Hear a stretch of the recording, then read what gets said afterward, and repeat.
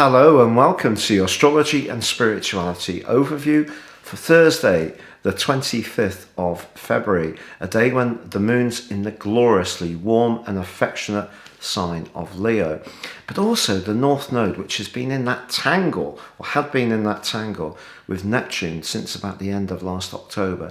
It's inverted another degree. I feel that we're all going to be feeling a little freer, a little bit more upbeat, and that North Node in that angle with Jupiter.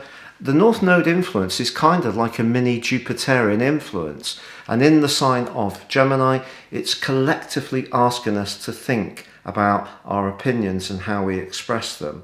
And it's going to be doing that through to the start of 2022.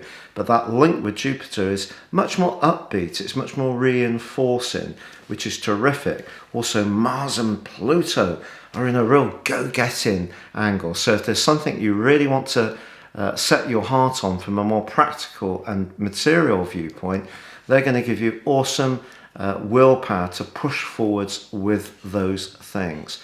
Elisa, what cards have you chosen today? We're using the Tarot de Marseille cards, and we're going to see what spiritual message comes up for us. Do we know who actually invented the tarot cards?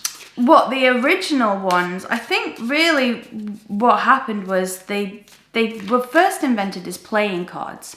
So they didn't have any spiritual dimension to them at all. It was just like using a deck of cards to play a game. We do have a friend, Sally Ann Hamilton, who is a psychic and uses playing cards. Yeah, you can use playing cards. So really unique approach, but brilliant. Yeah, because they kind of relate. And then because the cards have got archetypes on them, people started to think, well, why can't we use this as a, basically it was personal development even back then. And then the philanthropic society with... I'm giving you 3,000 credit points for saying that correctly. Ting, ting, ting, ting, ting, ting, ting, ting. They really branched it out, and then, people sort of started using them. I suppose you could say people that were involved in spiritual groups, or like maybe even was it a collective thing where different people put their halfpence in, or their half franc in? Do you know the original creator of the tarot? I don't think is known. Right. Which sort of adds to the mystery, doesn't it? If you don't agree with that, please. Yeah, please give your sort of like knowledge of the history of tarot. If you've ever experienced, it's obviously one of the most poignant and profound things anyone can go through, but if you've ever been next to someone who is about to pass, a loved one, they do look exactly like the death card in tarot. Yeah, there's a certain... Because obviously in conveying the message, because we didn't have the internet in those days, didn't have newspapers perhaps for a lot of people, so the artist was actually conveying what they see. Yes. And honestly, I really was struck by that, if I'm really honest, just before my mum passed. And I slept on the floor the night before she died. And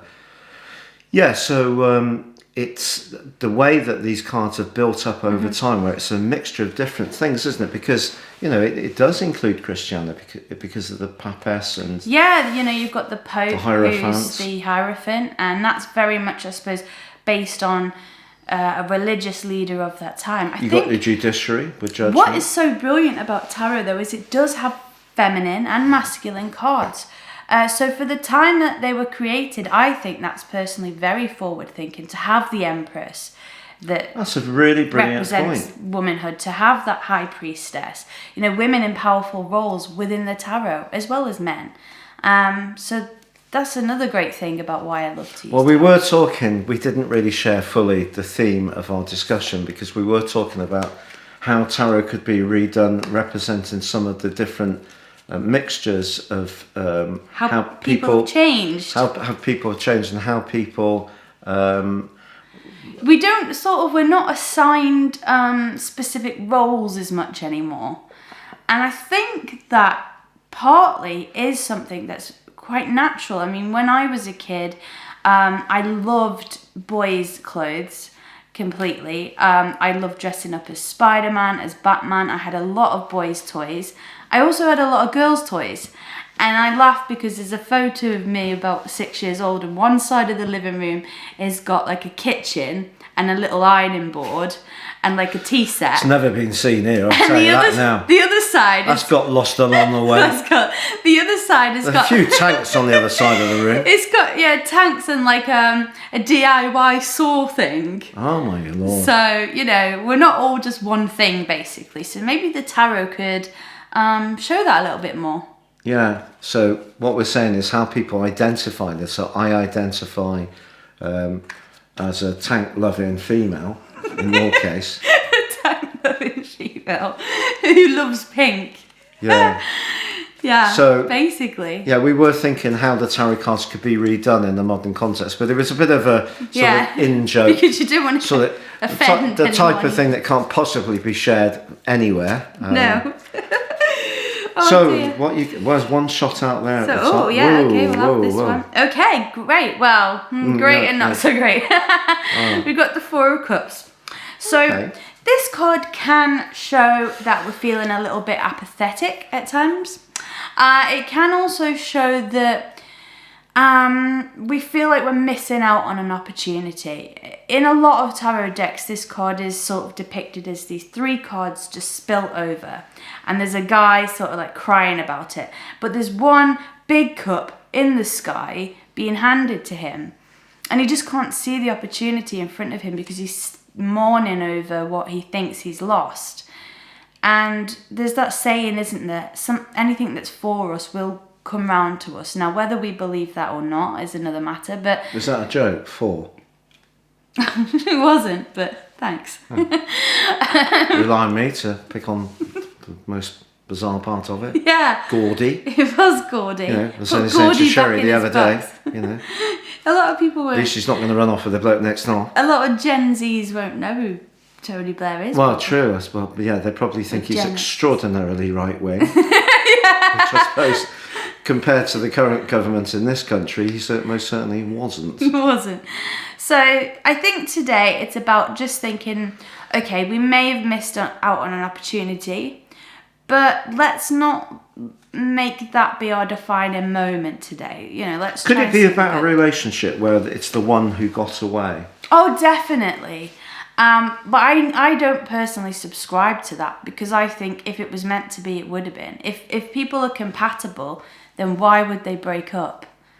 Now that's a very simplistic way of seeing it, you know. Sometimes I think it's good to distill it down to, you know, what the real, you know, single most important dimension of something is. So Yeah. I don't think it is simple. It isn't simple, but I do You're think... absolutely right. Why, if it was so good, why aren't you still together? That's a really clear, concise sort of analysis of what happens when these things It occur. might sound a bit harsh. You know, we could have real chemistry with someone, we could fancy the pants off someone, but maybe they're not loyal, maybe they're not reliable. Or maybe they're very reliable, but there's just absolutely, you know, the spark isn't there. So, you know, it's not about people being good and bad either. It's just sometimes things just aren't gelling. Sometimes two people can bring out the absolute worst. Oh, definitely. Yeah, that can definitely be one. You can have two people that are quite placid and then put them together and it's like a fireball. So...